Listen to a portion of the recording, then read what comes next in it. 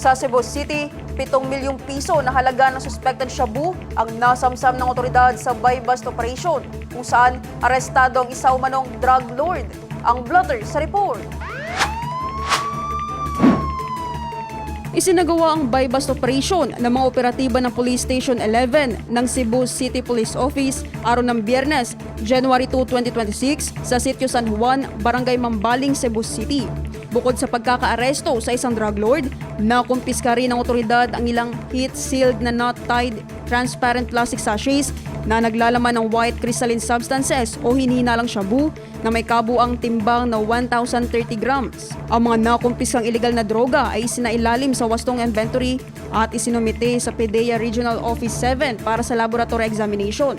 Samantala, ang suspect ay kasalukuyang nakapiid sa custodial facility ng Police Station 11 at haharap sa kasong paglabag sa Republic Act 9165 o ang Comprehensive Dangerous Drugs Act of 2002.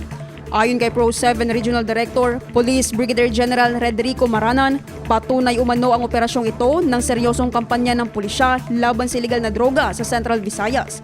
Dagdag pa niya, magpapatuloy ang Pro 7 sa pakikipag-ugnayan sa mga katuwang na ahensya upang tuloy ang buwagi ng mga sindikato ng iligal na droga at mapanatili ang kaligtasan ng mga komunidad sa rehiyon.